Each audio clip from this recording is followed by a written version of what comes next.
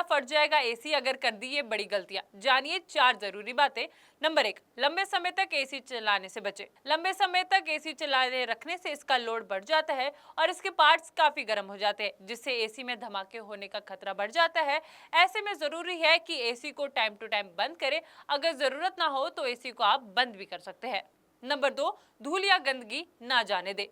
धूल जमा होने से कंडेंसर कॉइल पर काफी बुरा असर पड़ता है। ये रेफ्रिजरेट के साथ मिलकर हवा की गर्मी को दूर रखता है। साथ ही अगर गंदगी बढ़ जाती है तो हीटिंग प्रोसेस में रुकावट पैदा करता है। नंबर 3, खराब मेंटेनेंस। खराब मेंटेनेंस धमाके के कारण बनता जा रहा है। दरअसल एसी हवा को अपने अंदर खींचकर ठंडी हवा बाहर फेंकता है। हवा खींचने के दौरान फिल्टर में धूल बैठ जाती है। अगर लंबे समय तक एसी की सर्विस नहीं करवाई जाएगी तो ये गंदगी वहीं जमा होती है। इससे फिल्टर पर दबाव पड़ेगा और कंप्रेशन पर भी दबाव पड़ेगा, जिस कारण आपका एसी में धमाका हो सकता है। नंबर 4 और सबसे जरूरी, रेफ्रिजरेट लीक होना। रेफ्रिजरेट का लीक होना एसी के फटने का सबसे बड़ी वजह मानी जाती है। रेफ्रिजरेट उन गैसों को कहते हैं जो रूम को ठंडा रखने का काम करती है। अगर मशीन की ठीक तरह से मरम्मत नहीं करवाई गई तो ये रेफ्रिजरेट लीक हो सकता है। इसके बाद ये गैस इलेक्ट्रिक स्पार्क के संपर्क में आने से धमाके का कारण बनती है। इन 4 बातों को जरूर याद रखें।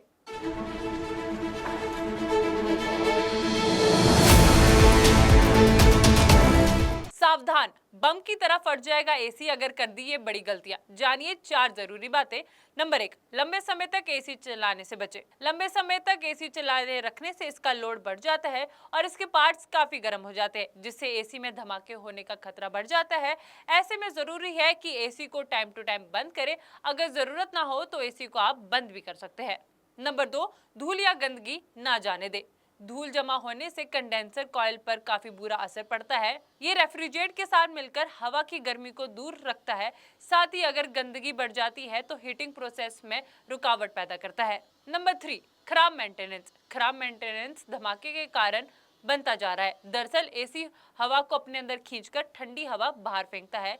हवा खींचने के दौरान फिल्टर में धूल बैठ जाती है। अगर लंबे समय तक एसी की सर्विस नहीं करवाई जाएगी तो ये गंदगी वहीं जमा होती है। इससे फिल्टर पर दबाव पड़ेगा और कंप्रेशन पर भी दबाव पड़ेगा, जिस कारण आपका एसी में धमाका हो सकता है।